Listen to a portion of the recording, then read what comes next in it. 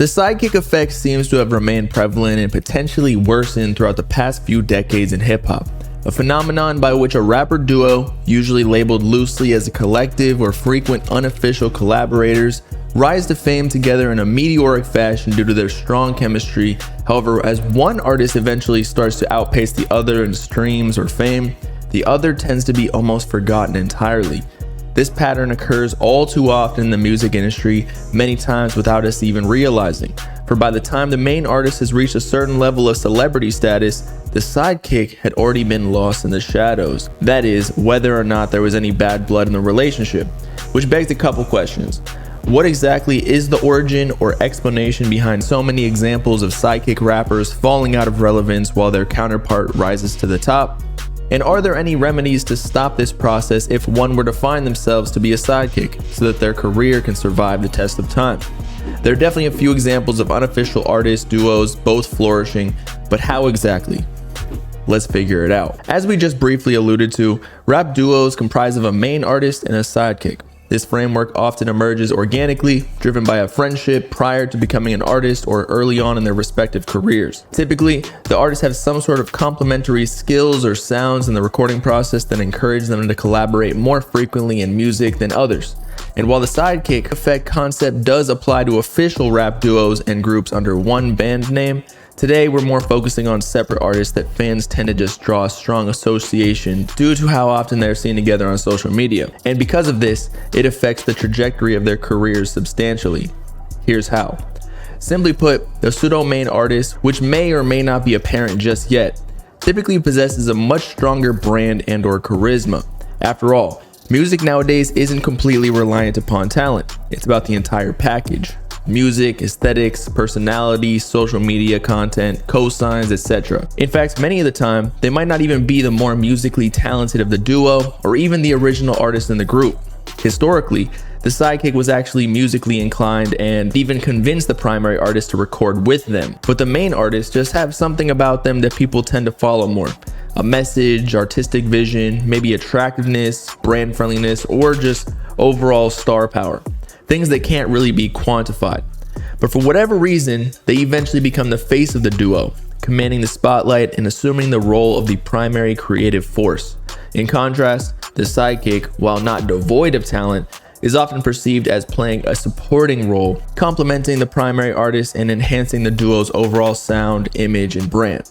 While there is no question that the hierarchy assists in the growth of both artists, it is also the main cause for the downfall later on in their career. For the main artist usually plays the role as primary performer, by which once again, they will either encompass a majority of the duration in songs, performances, and interviews, or naturally demand the most attention due to their stronger personality.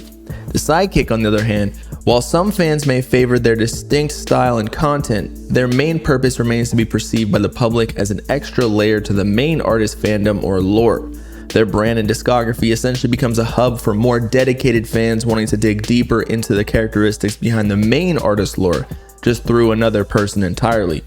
Although of course, it is entirely possible that the fans may also just prefer the sidekick's music. And while it may seem like the main artist could have grown the same trajectory without the help of the sidekick, they most definitely have a mutually beneficial relationship, such as spreading awareness of each other's music with double the reach. Both artists gain their own fans respectively, and naturally, the fans will learn about their frequent collaborators through songs and social media. It's a win-win, right? However, unfortunately, at least for the sidekick, this sharing of fans tends to become uneven, with the primary artist becoming much more polarizing and therefore attracting more followers, even if they started at a much lower level. In such a scenario, the sidekick merely acts as a funnel leading to the main artist, in which a new fan could have discovered the sidekick's music first, but ultimately ended up becoming an even bigger fan of the more charismatic figure of the duo. But regardless, with both artists promoting each other organically, they grow exponentially faster than if they were just solo. That is, until something happens to the main artist. One of the prime examples of recent rap duos that probably crossed your mind already is XXXTentacion and Ski Mask the Slump God. In fact, X led an entire rap collective called Members Only, whose gradual downfall of most of its members and extended affiliates only support my argument even further. But for simplicity's sake, we'll just discuss the main duo. X and Ski Mask emerged as two of the top artists in the bubbling South Florida underground movement amidst the first SoundCloud era around 2016. Organically building a fan base by uploading highly distorted, unfinished tracks to SoundCloud, many of which featuring the other, gained them considerable attention and acclaim for their unique and conventional styles to music at the time. X released a rather contradicting mix of emotionally charged, introspective lyricism, as well as ignorant mosh pit performance songs. Paired with his outspoken spirituality and trolling online antics, including an infamous arrest and arguably one of the most recognizable mugshots in recent music history, he was quickly titled as one of the figureheads of the entire underground rap scene, not just for his own group. On the other hand, Ski Mask the Slump God was known for being a much more articulate rapper in regards to conventional rap flows, wordplay, and rapid-fire delivery, although his personality definitely shined through with cartoon beat remixes among wacky lyrics and music videos. In fact, Ski Mask allegedly started to gain some traction on SoundCloud before X, likely due to his more polished sound at the time. Not to mention, X's lengthy criminal history, even prior to becoming famous, that probably rid him of precious studio time. Together with both of their distinct talents, the two were seemingly unstoppable. Their individual music resonated deeply with the younger generation as they slowly captivated a cult following with an emotional connection to the artist due to their open subject matter encompassing mental health, personal struggles, and societal issues. Not to mention their crazy live performances and endless mosh pits. But within the dynamic of this duo, Ski Mask the Slump God undeniably assumed the position of X's sidekick, whether he liked it or not. While they were both great rappers, Ski Mask's role was often overlooked due to X's unmatched charisma. Ski Mask even tried to escape this role, likely seeing it unfold before his eyes, by moving north thousands of miles away from his home of South Florida to New York City soon after reaching mainstream popularity with X. Perhaps if he wasn't seen with X for an extended period of time, fans would stop thinking about him as merely a secondary artist. Unfortunately, this caused a rift between the two as X took the separation personally, justifiably. He just lost a childhood friend because of his career. But they continued expanding their respective fan bases by collaborating with other artists they met along the way, such as Trippie Redd and Juice WRLD, so maybe it was all for the best. And eventually, they reunited live while performing at Rolling Loud a couple years later in their home of South Florida, but it was already too late. Their fate had been decided. Right now, a search for a killer in South Florida after an up-and-coming rapper is shot dead. 20-year-old XXXTentacion killed in an apparent robbery. X's life was tragically taken in June of 2018, sending shockwaves throughout the entire music industry. For a while, X's relevance was at an all-time high due to the fans remaining in disbelief of their favorite artist being taken so early in their life. But of course, 5 or so years later, without X physically being on Earth to continue his own legacy and create more music, his name slowly began to fade as with anything on this planet. And unfortunately for Ski Mask, as much as he tried to succeed on his own, his career was still indeed tied to X. And that while interest and streams from fans started to move on to newer emerging artists from their past favorite deceased artists, so too did they move on from his sidekick. Easily witnessed through the declining sales of his latest mixtape, Sin City, when compared to his prior projects while X remained alive. Granted, it was just a mixtape, and it is the only project he's released since X's passing, but I think we all know it would have definitely not performed as well as he once did when both he and X were supreme. Not to mention the obvious lack of motivation for Ski and even the rest of Members Only to continue releasing music since 2018, as their release schedules have essentially slowed down to a complete halt. Perhaps it's because they know they needed X to lead the way, or that he was just simply the main reason or inspiration as to why they made music in the first place. Another example, coincidentally from the very same SoundCloud era, was the unofficial rap duo Lil Pump and Smoke Perp, also deriving from the South Florida Broward County. Lil Pump burst onto the rap scene with an explosive force, becoming a symbol of ignorant Instagram antics, boasting incomprehensible lyrics that somehow still sounded good, at least for a short while. His viral Billboard hit Gucci Gang in 2017, among other SoundCloud smashes, established him as a mainstream artist and attained a highly engaged fan base wishing to be him, consuming endless amounts of Xanax without any care in the world for the long-term health implications, groupie love, and yelling out "Esket it" because you haven't even learned how to read yet. His elementary yet catchy hooks brought him a multitude of anthems throughout the beginning of his career. And as much as I hate to say it, he was arguably the face of SoundCloud rap with the likes of Lil Uzi Vert and XXXTentacion due to his unique image of face tattoos and colored dreadlocks. And right beside him, as with most rappers, he had a sidekick, Smoke Perp, who essentially rose to fame for the exact same style of music and behavior, albeit a bit less extreme.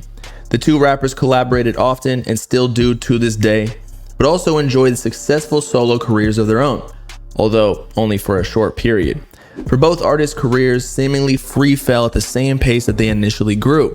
Expectedly though, the repetitive nature of their trap beats and basic lyrics grew stale, even though that was originally the reason they grew so rapidly. I guess SoundCloud listeners just needed something extremely dumbed down to make music fun again, not so complex, but just not that dumbed down. J. Cole even responded to Lil Pump and Smoke Perp's multiple viral IG stories and tweets dissing him, predicting that they wouldn't last, and oh, was he right. Although as much as Lil Pump has definitely faced his fair share of issues maintaining the same success in music that he once had, he is almost immune to falling into total irrelevance since his name will forever be supplanted in the younger generation's minds from the heights of fame he reached. Smoke Perp, on the other hand, is already experiencing the aftermath of being Lil Pump's sidekick. For while he initially enjoyed a surge of popularity and recognition as Lil Pump's right-hand man, and did honestly have a couple of good songs that I believe were better than any of Lil Pump's catalog. In fact, he was allegedly the reason why Lil Pump started rapping, as Smoke Perp began making beats in high school. But Smoke Perp still struggled to establish a sustainable career without Lil Pump as the main driving force. His subsequent solo projects following he and Pump's prime just never accomplished the same recognition. At one point, Smoke Perp and Travis Scott publicly teased that he was going to be the first Cactus Jack signee.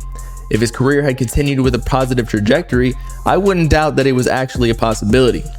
But instead, all that resulted was a mediocre feature and slowly declining sales with each successive album. He even became the laughingstock in the rap game for selling less than like 5,000 copies for his Florida Jit album in its first week. Although, to be honest, the decline of sales in hip hop has become a trend for a lot of artists from his generation too, not just him. But overall, the absence of Lil Pump's magnetic presence during his prime left both he and Smoke Perp utterly useless in their attempts to sell music in the future, despite all his efforts to rebrand and experiment with different styles of music such as more melodic auto-tune infused tracks or whatever. And unfortunately, years later, Smoke Perp has simply become a target for negative attention, in that select fans have merely attended his tour stops to just document how abysmal the turnouts are. So I guess one could argue that similar to Lil Pump, he's remained relevant in the rap listeners' social media feeds, but definitely not for the right reasons. Now the list could go on and on regarding examples of unofficial rapper duos, wherein one rapper went mainstream and the other fell off entirely. So we'll just speed run through these next few. Most recently, we have seen the demise of Yeat and September's Rich, who rose to fame solely off the career of Yeat, while September's Rich earned most of his streams from featuring his then best friend on many of his new releases. Eventually they split due to relationship issues and potentially jealousy, as the power dynamic definitely favored Yeat, who at the time was collaborating with all-time greats in rap such as Lil Uzi Vert, Young Thug, Gunna, and Drake. And without Yeat carrying the streams for September's Rich's future catalog, he seemingly has quit music altogether, possibly knowing the results would be horrific if he actually did. Trippie Redd and Lil Wop, soon after emerging in the previously mentioned SoundCloud era in 2017, became close friends and frequent collaborators, even being arrested together a year later. But expectedly, as Trippie surpassed Lil Wop, working with artists such as Travis Scott, Drake, and other mainstream artists, the two eventually separated, which anyone could have seen coming from the beginning, from the obvious differential in talent and versatility between the two rappers. And so over the years, Trippie continued in a positive trajectory, and well, Lil Wop has transitioned into something else. And it definitely was not a successful rapper. In the first few years of Lil Yachty's come up, he was the leader of the rap collective The Sailing Team, comprising of popular artists within the underground Atlanta scene at the time like Cody Shane, J Band's 2 Turnt, K Supreme, and others. However, as he continued to rise in the ranks of celebrity in more than just music, but as a voice actor and overall brand, the rest fell behind. In fact, in an interview with Kerwin Frost, he explained that he spent nearly $1 million trying to jumpstart their careers, but they were just simply too lazy and unmotivated to take advantage of the opportunity. And as previously mentioned, the Sidekick effect also applies to official duos and rap groups as well. Except most of the time, the consequences are much more dire for both of the artists instead of just the sidekick. For example, Ray Shremmerd was once an undeniable hit factory a little less than a decade ago, including two artists, Sway Lee, the superstar, due to his catchy and melodic hooks, and Slim Jimmy, the sidekick, who was still talented at rapping in his own respect, but just didn't shine as much as Sway Lee. After two massively successful albums encompassing countless Billboard and club anthems, it was obvious that tensions arose between the two rappers. Because while both of them contributed pretty equal amounts to every single one of these songs, Sway Lee was still given most of the credit. In fact, many fans believe Ray Shremmerd to only be one artist, and that being Sway Lee, especially because all the tracks by other artists that recruited Sway Lee to sing the hooks and features for, like the oh-so-popular Unforgettable hit single by French Montana. In 2018, Ray Shremmerd reconvened on a new project called Shrem, including 3 different discs. One is a duo, but the other 2 representing each of the artist's solo projects, but for some reason still always featuring the other on every track. While Shrem was still the duo's most successful project ever with respect to sales, Slim Jimmy's solo disc was once again heavily overlooked, witnessed by the significant difference in sales. And because of this, Ray Shremmerd was rumored to have split. Slim Jimmy felt disrespected, even getting himself into some legal trouble during this time period. It took 5 years for the two rappers to release another album together that arguably flopped. And while their names are definitely cemented in contemporary hip-hop from their past catalog, there is no denying that the toll on their relationship was the reason for their downfall. Now, there are countless other examples of official and unofficial rap duos and groups that have unfortunately fallen victim to the Sidekick effect. Some scenarios still allowing the primary artist to flourish to this day, while the sidekick is left driving for Uber to make ends meet, and some ruining both artists' careers. And interestingly enough, this pattern often occurs with basically every rapper, that is, if you look deep enough into their history. Perhaps this is due to some sort of camaraderie in the war of making money in music, and that it increases the chances of both artists making it if they agree to put the other on if they blow up first. But ultimately, this rarely works out. It seems, at least at first, that being in a music collective or duo of sorts will propel an artist's career due to the exponential growth and marketing by mutual parties. But in all reality, what is the point of it all if you are not the group leader? Because all your fans will be stolen by the primary artist anyway, leaving you potentially worse off than before. So you might as well put all your efforts into your own career and be the star of your own fan base. However, not all unofficial rap duos have ended badly. For instance, Playboi Carti and Lil Uzi Vert have both established themselves as prominent figures in hip-hop after being close friends and collaborators for years, potentially breaking the Sidekick effect curse. Each known for their respective distinctive styles and overall influences on upcoming generation of artists, Playboi Carti's simplistic delivery and experimental production have garnered him one of, if not, the largest cult followings in the genre, while Lil Uzi Vert's melodic trap sound and personality have welcomed him numerous global hits throughout the years. The two rappers first officially collaborated in 2016 on Lil Uzi Vert's Perfect Love tape. This soon blossomed into a strong friendship and many more future collaborations benefiting both of their careers. Although Uzi was certainly the larger artist at the time, which could have very easily resulted Carti becoming his sidekick. But for some reason, their unique dynamic when together, commonly known as 1629, actually enhanced both of their careers as individual artists since their styles and origins as artists were so different. One did not overshadow the other, at least not too much, especially because most of their collabs never actually officially released, potentially allowing them to continue growing their fan bases on their own. Of course, their leaked 1629 collab tape was certainly a catalyst in exploding their respective careers in 2017 because of all of the anticipation of both fan bases. But afterwards, Uzi and Carti were really never seen publicly together anymore, and therefore the strong association between the two was severed and freed Carti from any chance of becoming a sidekick. In fact, in the past, He already had multiple examples of friends he had to leave behind. Maybe he avoided this situation knowingly. And this was the very reason their relationship had its fair share of turmoil in recent years. For in early 2020, leading up to both Uzi and Cardi's highly anticipated albums, Eternal Atake and Whole Lotta Red, Uzi admitted that they physically fought to solve unresolved differences. But from the looks of their careers at this point, the separation was a blessing in disguise and saved one or both of their careers.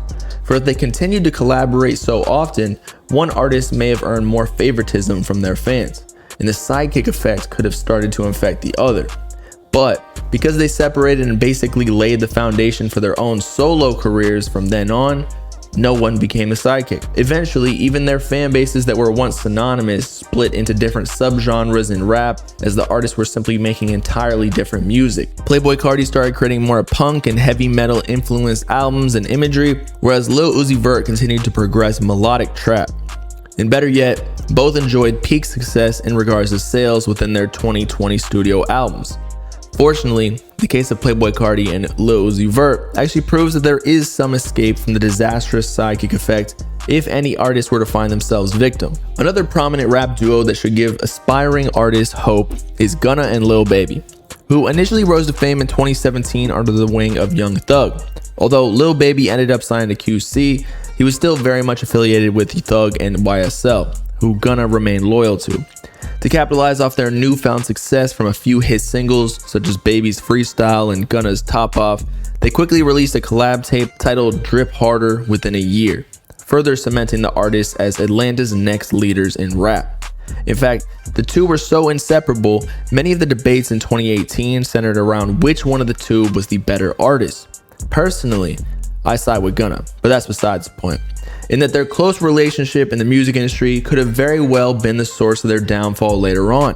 However, this collab tape was the first and only official project together, whereas afterwards, they were able to solely focus on their own careers, working with different artists and producers and therefore cultivating their own separate fan bases. Although given their sounds and origin in Atlanta, they still very much had shared fans, especially because they continued to be frequent features on each other's projects. But as we briefly discussed, I actually think that the main factor in allowing both artists to flourish at their own will was signing to different labels, and that having different managers and repertoire of artists at their label likely encouraged them to create their own path rather than always recording together like a lot of other rap groups and duos. Different flight schedules, studios, artist managers, they probably saw each other a lot less after signing, until eventually a couple years later up until now, they're practically seen as their own individual superstar artists. And even more so now after Lil Baby clearly took a stand against Gunna's decision to sign paperwork about YSL in order to be released from jail early while Young Thug continued his case. So all in all, I think it's plain as day that while teaming up with another artist or multiple can be beneficial for all parties when it comes to developing their sound or simply promotion, there is a time when it must end for everyone to become their own individuals. For if they stay together too long in their careers, it is almost inevitable that one artist or both will start to fade due to a multitude of reasons. There are countless stories, some of which we discussed already, where this occurs, yet only a few examples where both artists were able to be successful long term. So feel free, please, to let me know in the comments if you disagree with any of the examples that we discussed today, or have any more to add. Y'all know I'm always down to argue. But other than that, make sure to like and subscribe for more hip-hop documentaries and opinionated videos, and I'll see y'all on the next one.